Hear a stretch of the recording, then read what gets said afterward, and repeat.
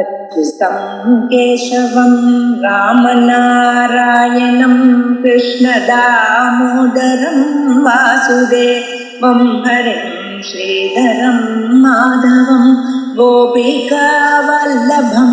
जानकीनायकं रामचन्द्रं भजे अच्युतं केशवं सत्यभामाधवं माधवं श्रीधरं राधिका राधितं इन्दिरामन्दिरं चेतसा सुन्दरं देवकी नन्दनं नन्दजं सन्ददे.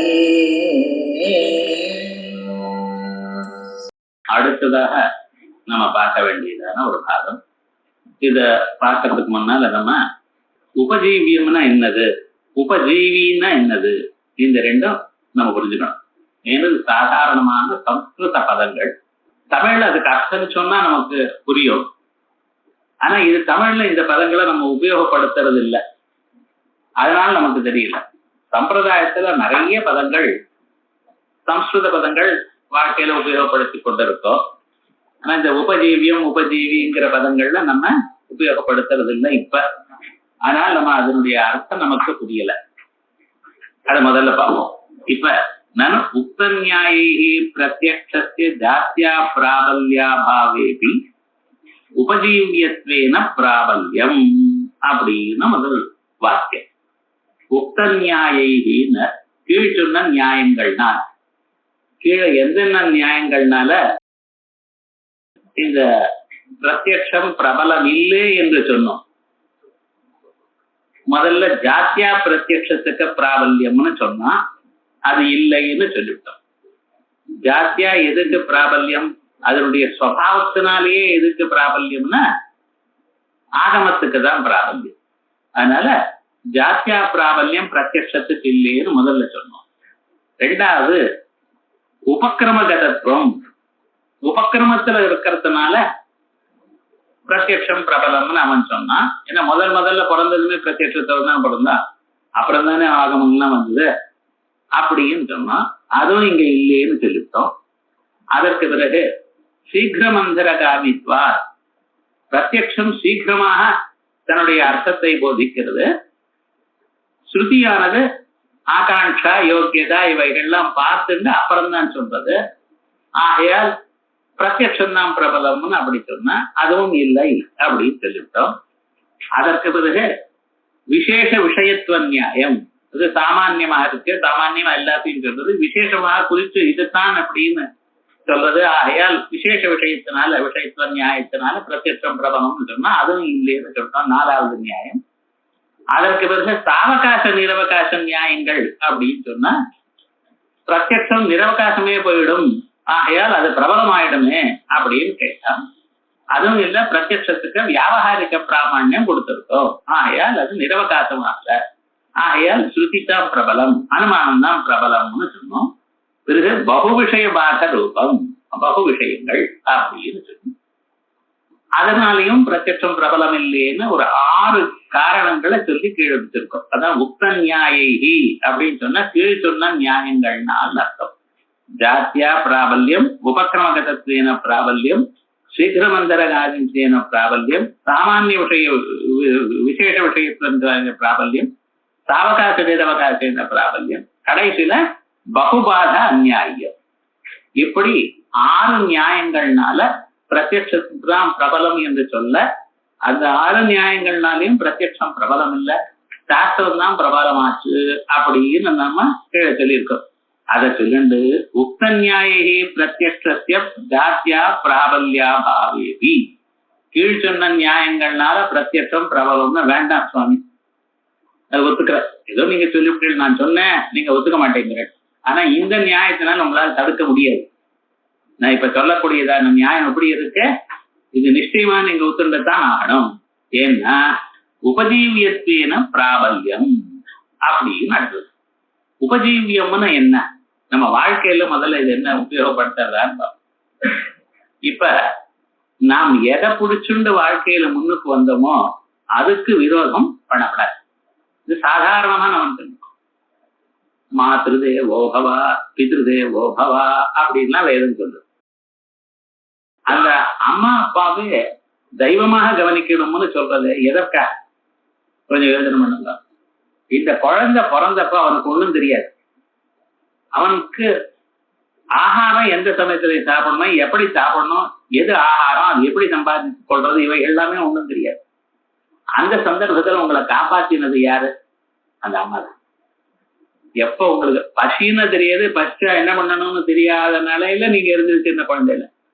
அப்ப அந்தந்த வேலைக்கு உங்களுக்கு பசி எப்ப பசிக்கிறதோ என்னமோ பார்த்து அதுக்கு தகுந்தா போல ஆகாரத்தை கொடுத்து, சின்ன குழந்தையா இருக்கும் பொழுது ஏதாவது உடம்பு சரியா இல்லைன்னா அந்த சமயத்துல டாக்டர்கிட்ட அழைச்சிட்டு போய் அதெல்லாம் பார்த்து உங்களை நன்னா வளர்த்து ஒரு 15-20 வருஷம் ஆன பிறகு உங்களுக்கு தங்களையே கவனித்துக் கொள்ளக்கூடியதான ஒரு சாமர்த்தியம் கிடைச்சிருக்கு.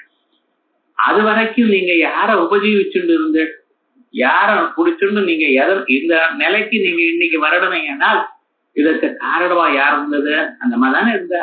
ஆகையால் அந்த அம்மாவுக்கு நீங்க விரோதமா இருக்கக்கூடாது.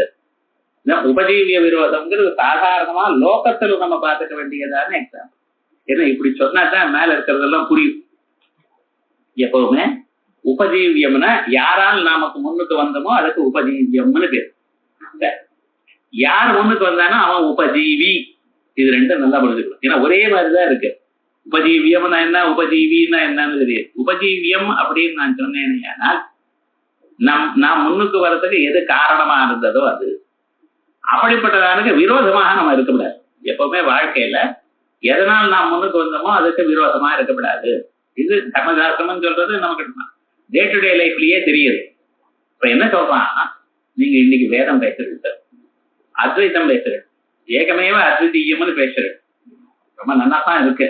நான் இல்லைன்னு சொன்னேன். அத்வைத்தம் கேட்கறதுக்கு இனிமையா இருக்கு. துவைத்தியம் சொல்லலாம், கேட்கறதுக்கு இனிமையா இருக்கு, சுலபமா தான் இருக்கு. ஆனா அனுஷ்டானம் அசம்பவம்னு தோன்றது. அத்வைத்தம் கேட்கறதுக்கு இனிமையா இருக்கு. உலகமெல்லாம் இருக்கிறது ஒண்ணுதான், எல்லாம் சமானம் தான், ஜாதி இல்ல, மதம் இல்ல, பணக்காரன் ஏழை இல்ல, ஒரே மாதிரிதான் இருக்கு. ஏகம் தத்துவம்னு சொன்னா கேட்கறதுக்கும் இனிமையா இருக்கு. ஆனா அதை அனுஷ்டானம் பண்ண முடியுமா உங்களால? முடியலையே. இப்ப இந்த அத்வைதமானது உங்களுக்கு எப்ப சார் வந்தது? சாஸ்திரங்கள்லாம் வாசித்த பிறகுதானே வந்தது.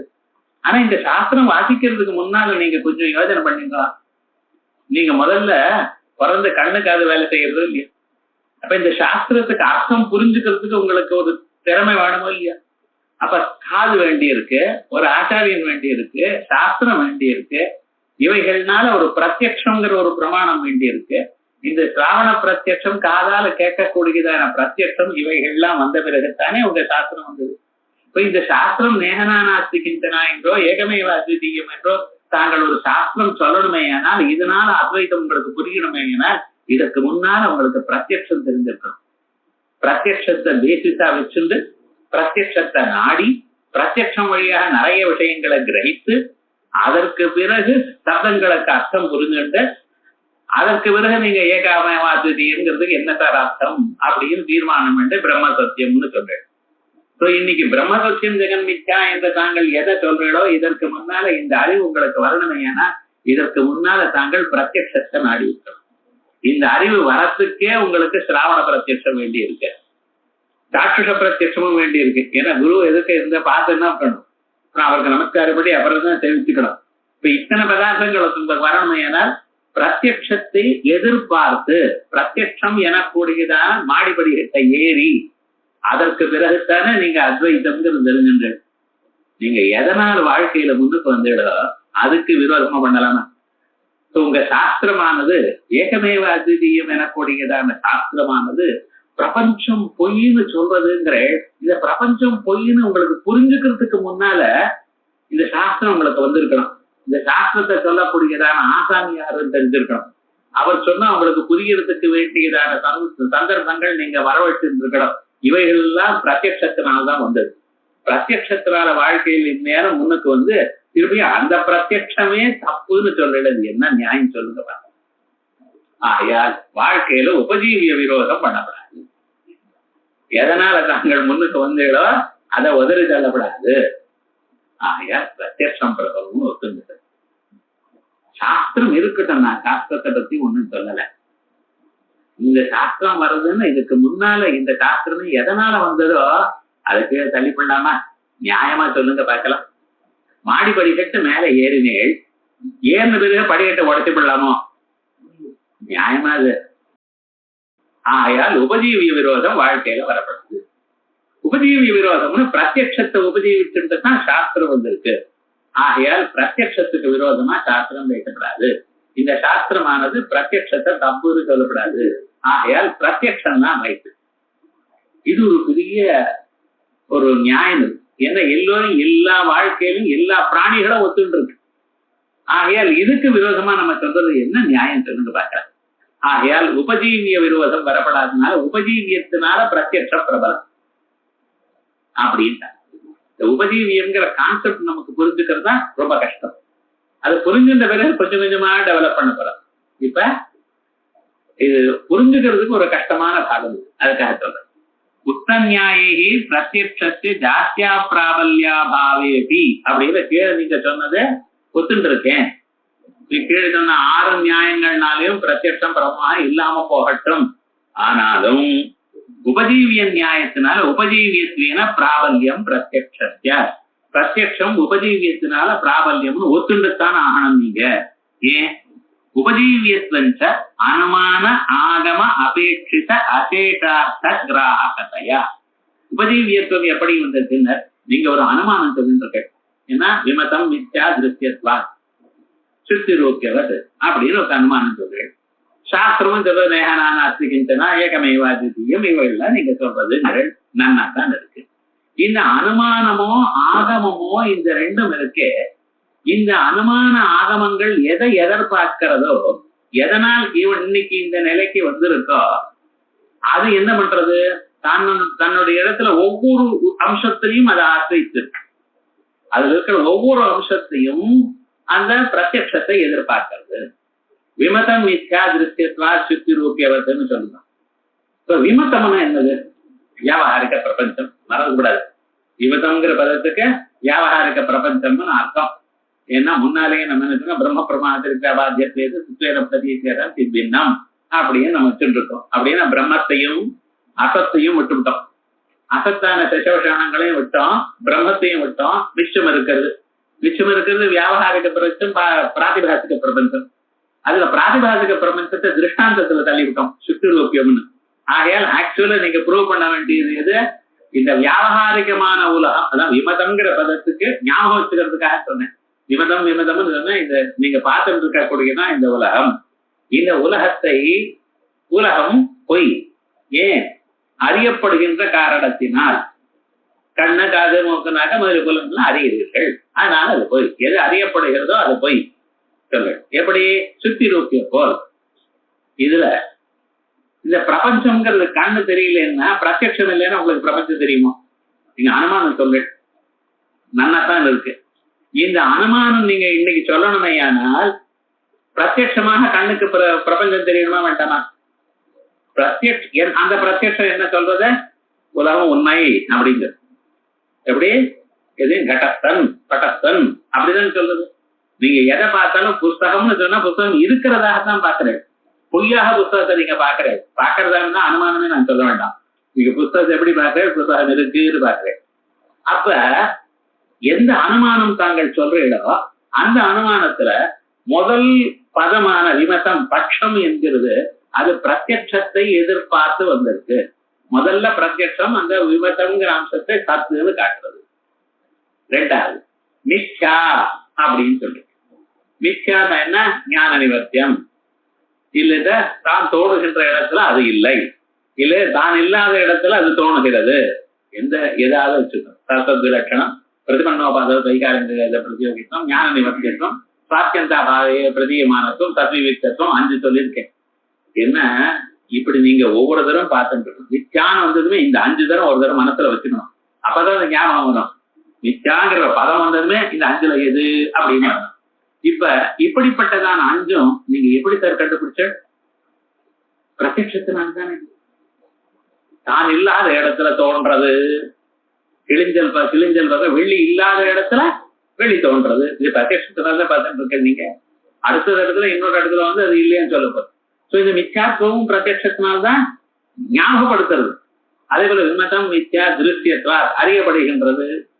எந்த விஷயமாக நம்ம அறியறதுன்னு பிரத்யட்சமாக தெரிகிறோம், அப்போ தான் பார்க்கணும், அது பார்க்க முடியும். அது சுத்தி ரூபியம் போல், சுத்தி ரூபியம் என்னைக்கோ ஒரு நாள் அனுபவிச்சிருக்கேன். இந்த நான் இதுல இருக்கக்கூடியதான வாக்கியத்துல எல்லாமே விமதம் மித்யா திருஷ்யத்வா சுத்தி ரூபியம் எல்லாமே பிரத்யட்சத்தை ஆசிரிச்சு தான் வந்திருக்க. உங்களுக்கு வாழ்க்கையில பிரத்யட்சம் இல்லாத போனால் இந்த தூரம் அனுமானத்துக்கு வந்துக்க மாட்டேன். அசேஷார்த்த கிராகிக்கத்தையா அதே மாதிரியே நேகனான அஸ்தி கிஞ்சனா அப்படின்னு சுருதி இருக்கு. இந்த நான் இஹ நானா அஸ்தி கிஞ்சனா இத்தனை பதங்கள் இருக்கு. இந்த பதத்துல ஒவ்வொரு பதமும் நீங்க காதால கேட்கலா இல்லையா? காதால கேட்ட பிறகுதானே உங்களுக்கு வந்தது. அந்த காதால கேட்கறதுக்கு சிராவண பிரத்யட்சம் செவடனா இருந்தா நானா அதை நேனா வருமா சொல்லுங்க. இத காதால கேட்கறது அதோட மட்டும் இல்ல, உங்க ஆச்சாரியன் இதை சொல்லி கொடுத்துருக்க, ஆச்சாரியன கண்ணால பார்த்திருக்கேன், உபசதனம் பண்ணியிருக்கேன், அவர் சொன்னது காதால கேட்டிருக்கேன். இவைகளுக்கெல்லாம் உங்களுக்கு பிரத்யட்சம் உபயோகப்பட்டதா இல்லையா? சோ நீங்க என்ன ஒரு வாக்கியத்தை சாஸ்திர வாக்கியத்தை எடுத்துக்கிறீங்களோ அல்லது விமசம் நித்யாதிருஷ்யத்வாதி எனக்கூடியதான ஒரு அனுமானத்தை எடுத்துக்கிறீங்களோ அந்த அனுமானத்தில் இருக்கிற ஒவ்வொரு பகுதியும் அந்த சாஸ்திரத்தில் இருக்கக்கூடியதான ஒவ்வொரு பதமும் பிரத்யட்சம் இல்லாதவனால் உங்களால வாழ்க்கையில வந்திருக்காது. அப்படிப்பட்டதான பிரத்யட்சத்தை இது பாதிக்காது. தான் எதனால மேலுக்கு வந்தானோ அவளை அது பாதிக்காது. அதான் சொல்றது உபஜீவியத்வஞ்ச அனுமான ஆகம அபேட்சித விமதம் மித்யா திருஷ்யத்வா சித்தி ரூபியவத் எனக்கூடியதான அனுமானமோ அல்லது ஆகமம் நேகனானாஸ்தி கிஞ்சனா ஏகமேவ அத்விதீயம் இப்படி வித்தியாசத்தை சொல்லக்கூடியதான பிரம்ம சத்தியம் ஜெகன் மித்யா சொல்லும். அதுவும் ஒரு ஸ்ருதி தான். 108 உபநிஷத்துல பிரம்ம சத்தியம் ஜெகன் மித்யான்னு இருக்கு. ஜீவ பிரம்ம என்ன அது வரைக்கும் தான் இருக்கு. ஸ்லோகார்த்தேன பிரவட்சாமைங்கிறது இல்ல, அது ஞாபகம். அது ஆச்சாரியால் வேற எங்க சொல்லியிருக்காரு. அதனால இந்த பிரம்ம சத்தியம் ஜெகன் மித்யா ஜீவோ மித்யைவ நாபர ஜீவோ பிரம்ம இவ நாபரகாங்கிற பகுதி 108 உபநிஷத்துல ஒரு உபநிஷத்துல இருக்கு. ஆகையால் இதுவும் ஸ்ருதி தான். ஆகையால் இப்படிப்பட்டதான ஒரு ஸ்ருதியில பதம் பதமும் நீங்க பார்த்தீங்கன்னா ஒவ்வொரு பதத்துக்கும் பிரத்யட்சத்தினுடைய அபேட்சை இருக்கு. பிரத்யட்சத்தினால வாழ்க்கையில முன்னுக்கு வந்ததான இந்த ஸ்ருதியோ அனுமானமோ அந்த பிரத்யட்சத்தை பாதிக்கப்படாது. பிரத்யட்சம் பிரபலம்னு ஒத்துண்டாகணும் அப்படிங்கிற உபஜீவியத்வஞ்ச அனுமான ஆகம அபேட்சித அசேஷார்த்த கிராகதையா அந்த அசேஷார்த்த கிராகதாச்சா தான் எல்லாவற்றையும் அறிந்து கொள்வது என்பதோ பச்சித் சாட்சாத் பச்சித் பரம்பரையா சில சமயத்துல சாட்சாத்தாக இருக்கும், சில சமயத்துல பரம்பரையா இருக்கும். இப்படி இருக்கு. இத பாருங்க, இப்ப இருக்கிற இடத்துல இதோட முழுமையாக இந்த வேதம் மித்யாதிருஷ்யத்வான அனுமானமோ இல்ல உங்க சாஸ்திரமோ பிரத்யட்சம் இல்லாத போனால் இதுல ஒரு துளியும் உங்களால வந்திருக்க முடியாது. முழுமையாக பிரத்யட்சத்தை அபேட்சித்துத்தான் வருது. ஆனா லோகத்துல எப்படி இருக்குன்னா நாம் ஒரு ஏகதேசம் ஒருத்தரான முன்னுக்கு வந்தோமையானால் அவளை வயறது இல்லைன்னு வச்சுட்டு இருக்கோம். ஸ்கூல்ல எல்கேஜி டீச்சர் இருக்கா, அந்த மாதிரிதான் நமக்கு ரைம்ஸ் சொல்லி கொடுத்தா. இல்ல அதுக்கப்புறம் 1ஆம் கிளாஸ்ல 1, 2, 3 சொல்லி கொடுத்தா. இவன் கடைசியில எம்எஸ்சி மேத்தமேட்டிக்ஸ் வாசி, அதுக்கப்புறம் பிஹெச்டி வாசி எல்லாமும் ஆச்சு. அதுக்கு செட்டத்துக்கு போறதுக்கு அந்த அம்மா வந்திருக்கேன். அந்தம்மா வாங்கம்மா நீங்க சொல்லி கொடுத்ததுனால எவ்வளவு தூரம் முன்னுக்கு வந்துருக்கேங்கிறோம். அந்த அம்மா 1, 2, 3 தான் சொல்லி கொடுத்துருக்கா 1ஆம் கிளாஸ்ல. ஆனாலும் இன்னைக்கும் மரியாதை செலுத்துறான். ஏன்? இவர் அதுக்கப்புறம் நம்பர் தியரில டாக்டரேட் எல்லாம் பண்ணியிருக்காரு, அது இருக்கட்டும். இருந்தாலும் அன்னைக்கு அந்த மாதிரி சொல்லி கொடுத்ததுனால தானே நான் இன்னைக்கு வந்திருக்கேன்னு மரியாதைப்பட்டாலோ லோகத்துல பார்த்திருக்கோமோ இல்லையோ? அதுக்கு விரோதமா நம்ம நடந்துக்கிறோமா இல்லையோ? அதே விதமாகத்தான் எப்பொழுது ஒரு ஏகதேசம் நாம அவளிடத்திலிருந்து அறிந்து கொண்டிருந்த போதிலும் அவளுக்கு விரோதமாக நாம நடந்துக்கிறது இல்லையோ, அப்படி லோகத்துல இருக்கமேயானால் முழுமையாக விமதம் மித்யாதிருஷ்யத்வா சித்தி ரூபியவதுங்கிற அனுமானம் முழுமையாக ஒவ்வொரு பகுதியும் நேகனானாஸ்திகிஞ்சனா ஏகமேவ அத்விதீயம் எனக்கூடியதான ஸ்ருதியும் தான் வரத்துக்கு முழுமையாக அந்த பிரத்யட்சத்தை நாடி இருக்குமேயானால் அந்த ஸ்ருதியோ அனுமானமோ அந்த பிரத்யட்சத்துக்கு விரோதமா தன் காரியத்தை செய்யப்படாது. ஆகையால் பிரத்யட்சத்தை நம்ப வேண்டியது, பிரத்யட்சத்துக்கு மரியாதை கொடுக்க வேண்டியது, பிரத்யட்சம் சொன்ன மாதிரி நடந்துக்க வேண்டியது, அதுக்கு விரோதமா பேசப்படாது. ஆகையால் பிரத்யட்சம் தான் ஜெயிச்சிருத்தா அப்படின்னு. என்னப்பா அது ஏகதேசமா இருந்தாலும் வசத்தின்னு சொல்லல, அது எங்க அப்படிங்கிறதுக்கு திருஷ்டாந்தம் கொடுக்கிறார். திருஷ்டந்த அபேட்சித ஏகதேச கிராகிணாமபி உபஜீவியத்துவம். தான் அபேட்சிதமான அம்சத்தில் ஒரு பகுதியை ஆசிரியித்து தான் முன்னுக்கு வந்திருந்த போதிலும் அப்பொழுது அந்த எதை ஆசிரியித்து முன்னுக்கு வந்ததோ அது உயர்ந்தது என்று நாம லோகத்துல ஒத்துக்கொண்டிருக்கோம். அதான் திருஷ்டந்த அபேட்சித ஏகதேச கிராகிணாமபி உபஜீவியத்துவம். தத்விருத்த கிரகணே, அதுக்கு விரோதமாக பின்னால வந்தது இருக்குமையானால் தேனா, அதனால பாதத்தா, அதனால இது பாதிக்கப்படுகிறது. இப்படி இருக்கு. அப்ப பிரத்யக்ஷம் முதல்ல சொல்லியிருக்க, அதனால அனுமானம் வந்திருக்குமையானால் அந்த பிரத்யக்ஷம் அனுமானத்தை பாதிக்குமே ஒழிய அனுமானத்தினால பிரத்யக்ஷம் பாதிக்கப்படாது. இது ஜெனரல் ரூல் இருக்கு. ஆகையால் நீங்க எப்படி மித்யாத்வ அனுமானத்தை சொல்வீர் அப்படிங்கிற அதுக்கு ஒரு எக்ஸாம்பிள். யதா கட விபுத்வ அனுமானே பட்சகிராஹிண அக்ஷ்ணா நரசுச்சித்வானுமானே சாத்தியகிராஹகேண ஆகமேன மனோவைபவானுமானே ஞான அசமவாயி ஆதாரத்வரூப ஹேதுகிராஹகேண அனுமானேன கிமு வக்தவ்யம் அபேட்சித அசேஷகிராஹிணா ஸ்வவிருத்த கிராஹகத்ய பாதா. அத்வைத சித்தி வாக்கியம் வந்து ரொம்ப அந்த ஒரு எழுத்து போனாலும் உங்களுக்கு அர்த்தம் தெரியும். அவ்வளவு எழுத்தா எழுதியிருக்க சொல்ற ஏன்னா அப்படி இது பூரணம் பண்ண முடியாத அளவுக்கு அவ்வளவு கிறிஸ்பா ரொம்ப லகுவா அர்த்த புஷ்டியா எழுதியிருக்க. இதை விட பிரம்மானந்த வாசனை இன்னும் மோசமா இருக்கும். அது மாதிரி நான் ரொம்ப கேர்ஃபுல்லா வாசிக்கிறது. இப்ப பாருங்க, ஒரு எக்ஸாம்பிள் தான் நீ சொன்ன. கட விபுத்வ அனுமானே பட்சகிராஹினா அக்ஷ்ணா. ஒருத்தன் சும்மா இருக்காமல் இந்த நியாயசாஸ்திரம் வாசிட்டு அவன் என்ன பண்ண ஒரு அனுமானம் பண்ணான். கடஹா வியாபகா சத்வா ககனவத். அப்படி கடமானது வியாபகமானது, எங்கும் உள்ளது, பரிச்சின்னம் இல்லாது, ஏன் சத்தான பொருளோ இல்லையோ, ஆகாசம் போல. ஏன் இப்படி எல்லாம் அனுமானம் பண்றேன்? அனுமானம் எனக்கு பண்ண தெரியும், பண்றேன், அவ்வளவுதான். இதனால எந்த லாபம்னு கேட்கக்கூடாது. கடஹா வியாபகா சத்வா ககனவத் அப்படின்னா. இப்ப இந்த அனுமானம் ஒருத்தருக்கு புரிய வைக்கணுமே. ஆனால் முதல்ல என்ன பண்ணணும்? கடகாங்கிறது பட்சமப்பா, அதுக்கப்புறம் வியாபகாங்கிறது வியாபகத்துவம் சாத்தியம், அதுக்கப்புறம் சத்துவங்கிறது ஹேது, ஆகாசங்கிறது திருஷ்டார்த்தம். இப்படி பிரிச்சு சொல்லணும். இவன் இந்த ஒவ்வொரு பதத்தையும் புரிஞ்சுட்டா தானே அதுக்கப்புறம் அனுமானம் புரியும். இப்ப கடகாங்கிற பட்சத்தை புரிஞ்சுக்கணும், அதுல சத்துவங்கிற ஒரு ஹேது இருக்கணும். சத்துவங்கிற ஹேது இருந்தால் அது வியாபகமா இருக்கணுமா? வியாபகம் இல்லாமலும் இருக்கலாமே அப்படின்னு சந்தேகம் இருந்தா, இல்லப்பா எங்கெங்க சத்துவமா இருக்கோ அங்கெல்லாம் வியாபகத்துவம் இருக்கு, பார ஆகாசத்துல அப்படின்னு வியாப்தியை புரிஞ்சுக்கணும். இந்த வியாப்தியை புரிஞ்சுட்ட பிறகு இந்த வியாப்தியுடன் கூடினதான ஹேது பட்சத்துல இருக்குன்னு புரிஞ்சுக்கணும். அதான் பட்ச தர்மதா. அப்புறம் எந்த வியாப்தியுடன் கூடின ஹேதுவானது பட்சத்துல இருக்கோ அக்காரணத்தினால் அந்த பட்சத்துல சாத்தியமும் இருக்கு அப்படிங்கிற ஞானம் வரும். சோ கடகா வியாபகான்னு வருது பார்த்தா, இதான் கடைசியில வர வேண்டியதான ஞானம். அதான் அனுமிதி ஞானம்னு பேர். இந்த அனுமிதி ஞானம் வரணுமையானால் இவனுக்கு பட்ச தர்மதா ஞானம் இருக்கணும், வியாப்தி ஞானம் இருக்கணும், ஹேது பட்சத்துல இருக்கிற இவைகள்லாம் இருக்கணும். அதெல்லாம் சேர்ந்து ஒரு விசிஷ்ட ஞானம் வேற இருக்கணும் அப்படிங்கிறான். அது பராமர்த்தம்னு ஒரு விசிஷ்ட ஞானம், அது இருக்கட்டும். அது பத்தி நம்ம சண்டை போட வேண்டாம். அது வேணுங்கிறா நம்ம வேண்டாம்னு சொல்லுவோம்.